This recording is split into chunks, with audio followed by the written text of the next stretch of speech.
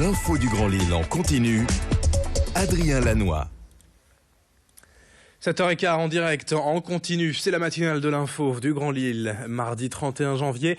Bienvenue à toutes et à tous sur Grand Lille TV. La météo, tout d'abord, en ce mardi, assez peu de changements prévus aujourd'hui. Encore un ciel couvert, nuageux et pluvieux ce matin, peut-être quelques rares éclaircies cet après-midi. Les températures, elles restent douces, légèrement supérieures au normal de saison. 6 degrés ce matin, 7 à 8 degrés cet après-midi. On en reparle avec les prévisions complètes.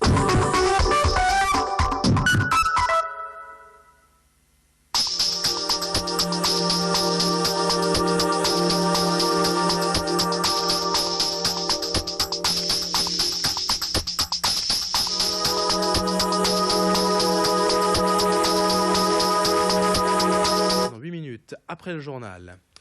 À la une de cette édition, tout d'abord, on revient sur l'élection de la nordiste Iris Mittenard au titre de Miss Univers hier aux Philippines.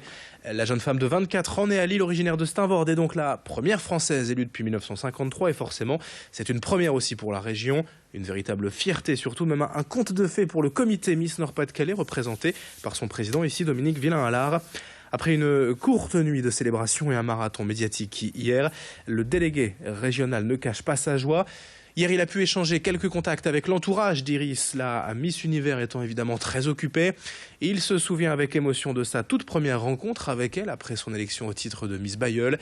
Des propos recueillis hier chez lui par Vincent Vieillard. Je me suis dit, elle est très motivée, elle peut aller très loin, elle mérite notre attention. Premier test, Miss Flandre à Bailleul.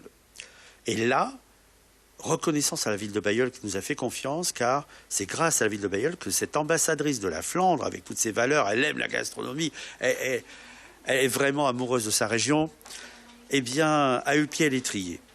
Et ensuite, Miss Nord-Pas-de-Calais, au Davor-Renaderchi, devant 5000 personnes, le premier choc carrément comme un zénith, une grande foule.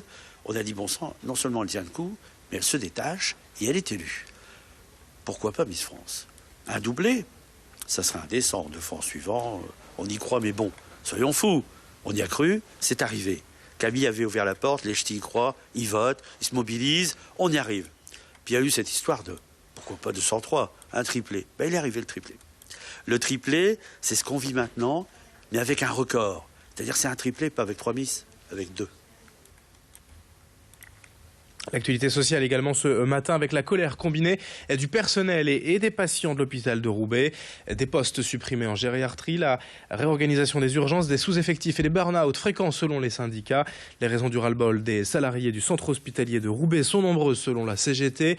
La direction estime quant à elle que ces problèmes sont identiques sur l'ensemble du territoire et sont dus à un manque de moyens accordés à l'hôpital public. Ce jour de grève hier n'a tout de même pas été choisi au hasard puisqu'au même moment, la direction de l'hôpital organisait la traditionnelle cérémonie de vœux au personnel et aux élus de la ville. On va écouter tout de suite les deux parties, les syndicats et la direction. Des propos recueillis sur place hier par Clotilde Leguévac. Certes, il y a des difficultés. On connaît les politiques de santé depuis des années. D'abord la T2A, puis la loi Bachelot, puis la loi Touraine. Les lois santé qui se succèdent, qui n'ont qu'un leitmotiv, c'est réduire la capacité des hôpitaux, réduire le nombre de lits, supprimer des services, faire des grosses usines et supprimer la possibilité pour les patients de se soigner à côté de chez soi. Et ça, on a déjà ça qui contraint fortement l'hôpital et en plus on a une gestion, nous on estime la gestion de la direction apocalyptique. Effectivement, les agents hospitaliers sont confrontés à des problématiques fortes. C'est un problème national dont on a conscience. Après, ce qu'il faut savoir, c'est que ce problème n'est pas propre à l'hôpital de Roubaix, que tous les hôpitaux publics y sont confrontés et que nous, on essaye d'y faire face. Face à cette problématique, il y a ceux qui sont dans le commentaire, il y a ceux qui sont dans l'action. Et nous, clairement, on s'inscrit du côté de l'action, c'est-à-dire qu'on essaie de trouver des moyens pour faire, avec les moyens qu'on a, ce qui est possible pour améliorer les conditions de travail et améliorer la prise en charge des patients. 7h19, l'actualité en bref. Et d'abord, c'est un vraisemblable fait divers hier soir à Los, rue Paul Lafargue. Un homme de 30 ans a été tué par un voisin qui l'a poignardé pour une simple histoire de place de parking. La dispute a plus que mal tourné entre les deux hommes et après en être venu aux mains, un couteau a été sorti. La victime a été poignardée au cou, à la carotide.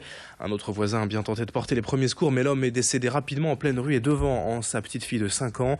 L'agresseur, sans aucun passé judiciaire, a été interpellé et placé en garde à vue. Mais hier soir, on s'en doute, route. Les riverains de la rue Paul Lafargue étaient tous évidemment sous le choc. Dans un autre registre, une nouvelle politique culturelle pour la région. Le président Xavier Bertrand a présenté hier son ambition pour la culture régionale. Le budget passera ainsi de 70 à 110 millions d'euros. Et parmi les annonces, la création d'un TER patrimoine qui proposera des trajets à 2 € pour accéder à des événements culturels. Dans cette édition est également la librairie, la littérature avec une rencontre et avec Laurent Gounel, auteur à succès qui était dernièrement au Furet du Nord à Lille pour présenter son dernier livre. Et tu trouveras le trésor qui dort en toi. Passionné par l'être humain, Laurent Gounel s'est fait une spécialité de la psychologie. Depuis plusieurs années, il a entrepris de nombreux voyages initiatiques à la rencontre de sages, de philosophes. Il est devenu consultant en relations humaines en France et à l'international et travaille toujours à l'amélioration des relations et à l'épanouissement au travail. Il a notamment gagné le prix du roman d'entreprise pour son best-seller sorti en 2011, Les dieux voyagent toujours incognito. Dans son nouveau livre, il dénonce le matérialisme et invite le lecteur à la spiritualité.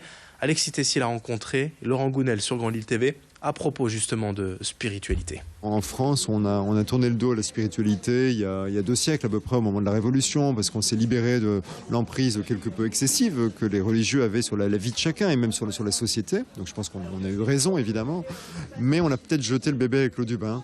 Et finalement, on a complètement tourné le dos à tout ça et la plupart des gens aujourd'hui sont athées, ce qui est d'ailleurs une croyance comme une autre. Hein.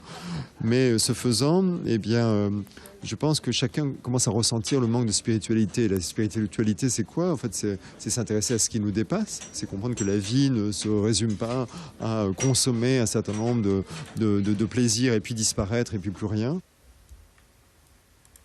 Et puis on termine avec l'actualité sport. Il y a du football ce soir, la Coupe de France et les 16e de finale.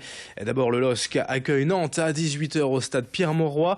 Et dans le même temps, en l'ennemi juré, le RC Lens se déplace à Bergerac, une équipe amateur. Les 2 équipes nordistes sont donc finalement assez favorites pour ces 2 rencontres. On espère bien sûr qu'elles se qualifient et toutes les 2 pour les 8e de finale. Mardi 31 janvier à 7 h 22 en direct. Dans un instant, la météo du jour et l'infotrafic en temps réel.